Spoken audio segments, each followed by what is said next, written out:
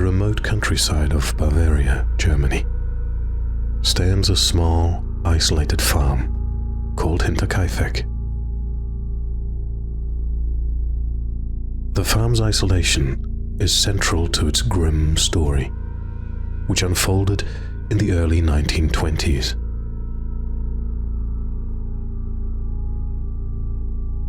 In March 1922, the Gruber family, Andreas, his wife Cecilia, their daughter Victoria, and their two grandchildren, Cecilia, known as Cecilia II, and Josef, lived on the farm.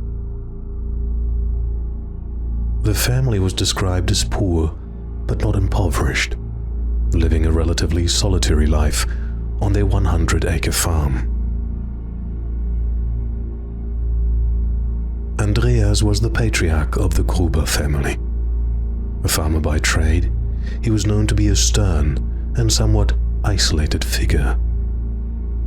His personality was described as rigid and suspicious, traits that may have influenced how he perceived the strange events leading up to the brutal incident. He was hardworking and respected in the local community, but had a reputation for being somewhat reclusive and contentious. Cecilia was Andreas's wife. She had lived a long life marked by significant hardship, including the loss of her husband's first wife. She was known to be a devout woman who adhered to traditional values. Her advanced age and health issues likely made her less involved in the physical labor of the farm, and her role in the family was more as a caretaker. Victoria was Andreas's daughter from his first marriage. She was a young woman who had endured considerable personal tragedy. Her mother had died early in her life, and she had a strained relationship with her father. Victoria had been married once, but was widowed. She lived with her father and was responsible for much of the household work. Her relationship with her father was reportedly strained, marked by frequent arguments and disputes over the management of the farm. Cecilia Gruber, or known as Cecilia II, was 7 years old at the time. Cecilia II was Victoria's daughter from her first marriage. Cecilia II was a young girl who lived a relatively sheltered life. Her presence on the farm was a source of additional emotional stress for Victoria, who had to balance raising her daughter with a demanding life on the farm. Josef Gruber was 2 years old at the time, and Josef was Victoria's youngest child. His early years were marked by the challenges of farm life, but he was a symbol of innocence amidst the family's broader troubles.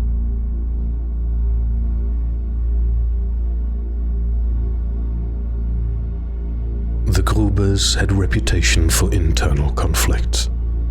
Andreas and Victoria's relationship was particularly fraught, with frequent disagreements and a general atmosphere of discord. Their strained relationship was compounded by financial difficulties and differing views on managing the farm. The Grubers struggled with financial pressures common among rural families of that era.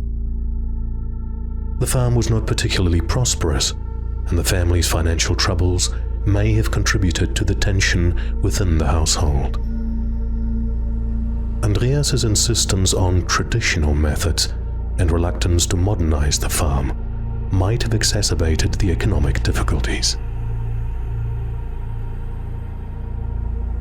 The farm's remote location added to the family's isolation.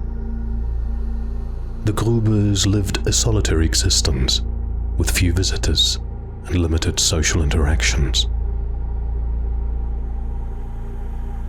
The Grubers experienced a series of unnerving and seemingly inexplicable events that were reported to have begun in the months leading up to the horrific event on March 31st, 1922.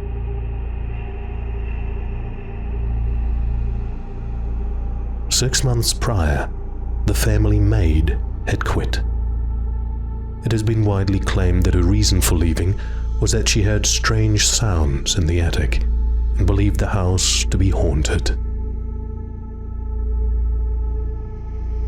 In March 1922, days before the brutal event, Andreas Gruber found a strange newspaper from Munich on the property. He could not remember buying it and initially believed that the postman had lost the newspaper. This was not the case, however, as no one in the vicinity subscribed to that particular paper. This unexplained item contributed to the growing sense of unease. Furthermore, unusual footprints were found in the snow leading from the nearby forest to a broken door lock in the farm's machine room. The tracks were large and flat-footed, appearing to lead directly to their entrance, but then disappearing.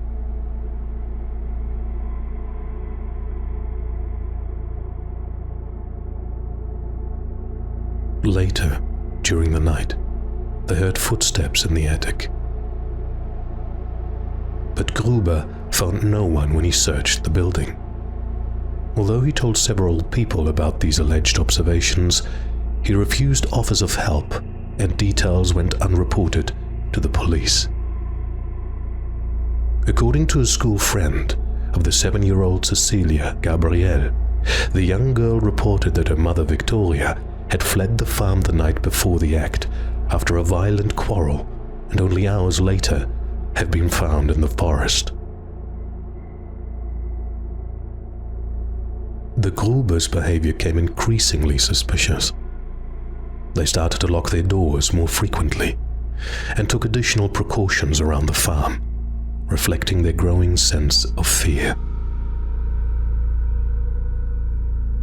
Neighbors noticed that the Grubers' interactions with others became more erratic. The family appeared more withdrawn and preoccupied, possibly due to the strange occurrences and their internal tensions. A farmhand who had worked for the Grubers also disappeared under mysterious circumstances. The Grubers' fear intensified. Andreas reported seeing the footprints again and mentioned them to neighbors, but no one took immediate action to address his concerns. Andreas and Victoria took continued measures to secure the farm, including locking doors and windows. They were determined to protect themselves, but the strange events continued to unsettle them. On the afternoon of Friday the 31st of March, 1922, the new maid, Maria Baumgartner, arrived at the farm. Maria's sister had escorted her there and left the farm after a short stay. She was most likely the last person to see the inhabitants alive. It appears that in the late evening, Victoria Gabrielle, her 7-year-old daughter Cecilia, and her parents Andreas and Cecilia were lured to the family barn through the stable, where all of them were murdered, one at a time. The perpetrator used a mattock, also known as a grub axe, belonging to the family farm, and killed the family with deep blows to the head. The perpetrator then moved into the living quarters, where, with the same murder weapon, they killed Josef sleeping in his bassinet and Maria Baumgartner in her bedchamber. 4 days passed between the murders and the discovery of the bodies. On the 1st of April, coffee sellers Hans Schorowski and Edward Schorowski arrived in Hinterkaifeck to take an order. When no one responded to the knocks on the door and the window, they walked around the yard but found no one. They noticed that the gate to the machine house was open, and then decided to leave. Cecilia Gabriel was absent from school without excuse for the next few days, and the family failed to show up for Sunday worship. Local mechanic Albert Hofner went to Hinterkaifeck on the 4th of April to repair an engine. He stated that he had not seen any of the family and had heard nothing but the sounds of the farm animals and the dog inside the barn. After waiting for an hour, he decided to start his repair, which he completed in roughly 4.5 hours. Around 3:30 p.m., Lorenz Schlittenbauer sent his son Johann, 16 years at the time, and stepson Josef, 9 years old, to Hinterkaifeck to see if they could make contact with the family. When they reported that they had not seen anyone, Schlittenbauer headed to the farm the same day with Michael Pöll and Jakob Siegel. Entering the barn, they found the bodies of Andreas Gruber, his wife Cecilia Gruber, his daughter Victoria Gabriel, and his granddaughter Cecilia. Shortly afterwards, they found the bodies of the chambermaid Maria Baumgartner and the youngest family member, Josef.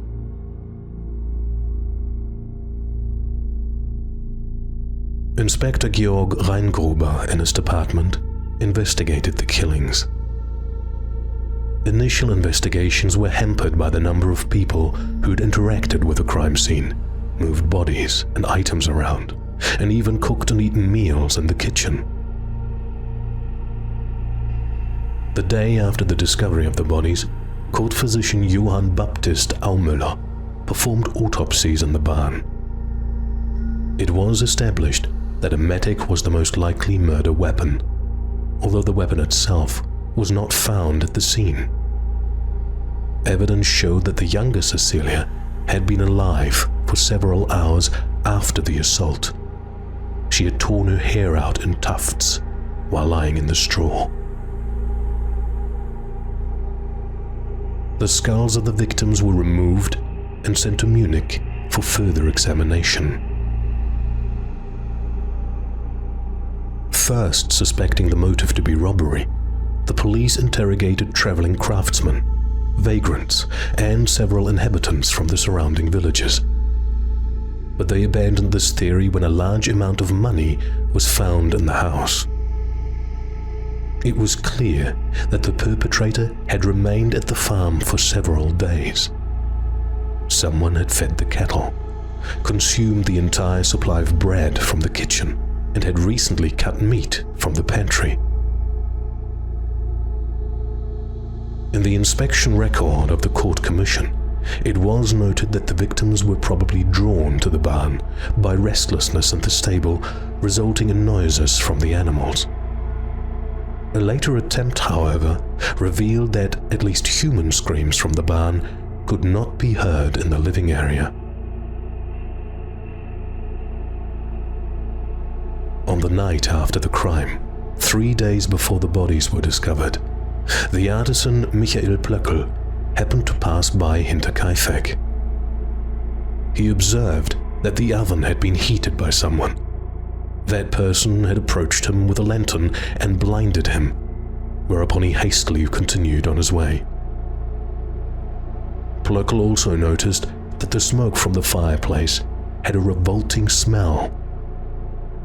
This incident was not followed up, and no investigation was conducted to determine what had been burned that night in the oven. On the 1st of April at 3 a.m., the farmer and butcher Simon Reisländer, on his way home near Brunnen, saw two mysterious figures at the edge of the forest. When the strangers saw him, they turned around so that their faces could not be seen. Later, when he heard of the murders in Hinterkaifeck, he thought it possible that the strangers might be involved. In the middle of May 1927, a stranger was said to have stopped a resident of Weidhofen at midnight asking him questions about the murder before shouting that he was the murderer and then running into the woods. The stranger, however, was never identified. During the police investigation, spanning over many years, there were a number of suspects. Karl Gabriel was the husband of widowed Victoria Gabriel. He had reportedly been killed in December 1914 during the First World War by a shell attack in Arras, France, but his body had never been recovered. After the murders, people began to speculate about whether he had in fact died in the war. Victoria had conceived and given birth to her son Joseph in her husband's absence. The boy was rumored to have been the product of an incestuous relationship between Victoria and her father Andreas, which was documented in court and known in the village. Andreas was found to be raping his daughter, and the town convicted them both of incest. After the end of the Second World War, war captives from the Schrobenhausen region, who were released prematurely from Soviet captivity, claimed that they had been sent home by a German-speaking Soviet officer who claimed to be the Hinterkaifeck murderer. However, some of the men later revised their statements, which diminishes their credibility. Many theorized that the Soviet officer in question might have been Karl Gabriel, because those who claimed to have seen Gabriel after his reported death testified that he had wanted to go to Russia. Shortly after the death of his first wife in 1918, Lorenz Schlittenbauer was believed to have had a relationship with Victoria Gabriel and fathered Joseph. Schlittenbauer came under suspicion by locals early in the investigation because of his several suspicious actions immediately after the discovery of the bodies. When Schlittenbauer and his friends arrived to investigate, they had to break a gate to enter the barn because all of the doors were locked. However, immediately after finding the 4 bodies in the barn, Schlittenbauer apparently unlocked the front door with a key and, suspiciously, entered the house alone. A key to the house had gone missing several days before the murders, though it is also possible that Schlittenbauer, as a neighbor or as Victoria's potential lover, might have been given a key. When asked by his companions why he had gone into the house alone when it was unclear if the murderer might still be there, Schlittenbauer allegedly stated that he went to look for his son Joseph. It is known that Schlittenbauer had disturbed the bodies at the scene, thus potentially compromising the entire investigation. For many years after, local suspicion remained on Schlittenbauer because of his strange comments, which were seen as indicating knowledge of details that only the killer would recall. According to his information in the files for the case, local teacher Hans Jablager discovered Schlittenbauer visiting the remains of the demolished Hinterkaifeck in 1925. Upon being asked why he was there, Schlittenbauer stated that the perpetrator's attempt to bury the family's remains in the barn had been hindered by the frozen ground. This was seen as evidence that Schlittenbauer had intimate knowledge of the conditions of the ground at the time of the murders. Although being a neighbor and familiar with the local land, he may have been making an educated guess. Another speculation was that Schlittenbauer murdered the family after Victoria demanded financial support for young Joseph. Before his death in 1941, Schlittenbauer conducted and won several civil claims for slander against persons who described him as the murderer of Hinterkaifeck. Adolf Gump was listed as a suspect as early as the 9th of April, due to his connections to the Freikorps Oberland. As a Freikorps member, Gump was said to have participated in the murder of 9 farmers in Upper Silesia during the fight against the 1921 Polish uprising in the region. He had a warrant for his arrest issued by the District Court of Opole. In 1951, prosecutor Andreas Popp investigated brothers Adolf and Anton Gump in relation to the murders at Hinterkaifeck. Their sister, Crescentia Meyer, claimed on her deathbed that Adolf and Anton had committed the murders. As a result, Anton Gump was remanded to police custody, but Adolf had already died in 1944. After a short time, however, Anton was dismissed again, and in 1954, the case against him was finally discontinued because he could not be proven to have participated in the crime. In 1971, a woman named Therese T. wrote a letter citing an event in her youth. At the age of 12, she witnessed her mother receiving a visit from the mother of the brothers Karl and Andreas S. The woman claimed that her sons from Sattelberg were the 2 murderers of Hinterkaifeck. The mother said, quote, "Andreas regretted that he lost his penknife," unquote, in the course of the conversation. In fact, when the farm was demolished in 1923, a pocket knife was found that could not be clearly assigned to anyone. However, the knife could have easily belonged to one of the murder victims. This track was followed without result. Crescenz Rieger, the former maid of the Hinterkaifeck, was certain she had already seen the penknife in the yard during her service.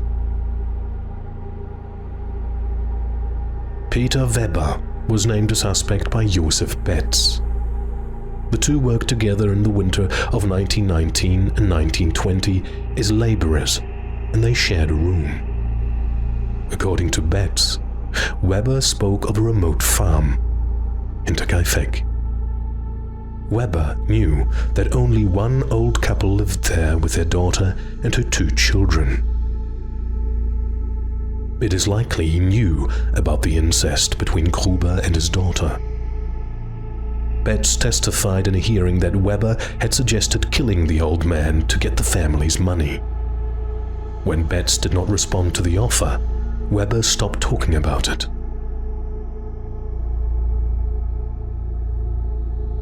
The former maid Crescenz Rieger worked from November 1920 to about September 1921 at Hinterkaifeck.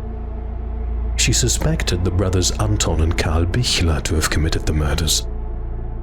Anton Bichler had helped with the potato harvest at Hinterkaifeck and therefore knew the premises. Rieger said Bichler talked to her often about the Gruber and Gabriel family. Anton reportedly suggested that the family ought to be dead. The maid also emphasized in her interrogation that the farm dog, who barked at everyone, never barked at Anton. In addition, she reported speaking with a stranger through a window at night. The maid believed that it was Karl Bichler, the brother of Anton. She thought that Anton and Karl Bichler could have committed the murder together with Georg Siegel, who had worked at Hinterkaifeck and knew of the family fortune. Supposedly, Siegel had broken into the home in November 1920 and had stolen a number of items, though he denied it.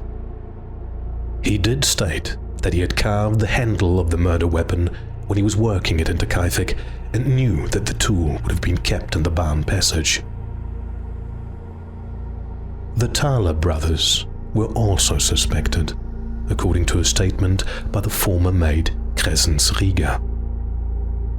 The brothers had already committed several minor burglaries in the area before the crime. Rieger said that Josef Thaler stood at her window at night and asked her questions about the family, but she gave no answers. In conversation, Josef Thaler claimed to know which family member was sleeping in which room and stated that they had a lot of money. During their conversation, Rieger noted that there was another person nearby. According to her statement, Josef Thaler and the stranger had looked at the machine house and turned their eyes upwards. Author Bill James, in his book The Man from the Train, alleges that a man known as Paul Müller, a German migrant, may have been responsible for the murders. Müller was the only suspect in the 1898 murder of a Massachusetts family, and James believes Müller killed dozens of victims based on research in American newspaper archives.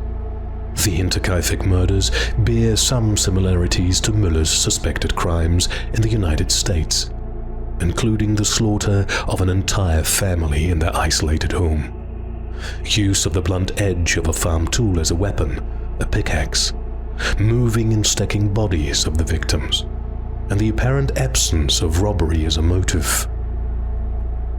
James suspects that Müller, described as a German immigrant in a contemporary media, might have departed the US for his homeland by 1912 after private investigators and journalists began to notice and publicize patterns in family murders across state lines.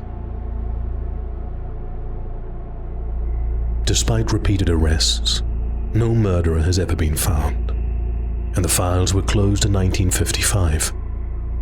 The last interrogations took place in 1986, before Detective Chief Superintendent Konrad Müller retired.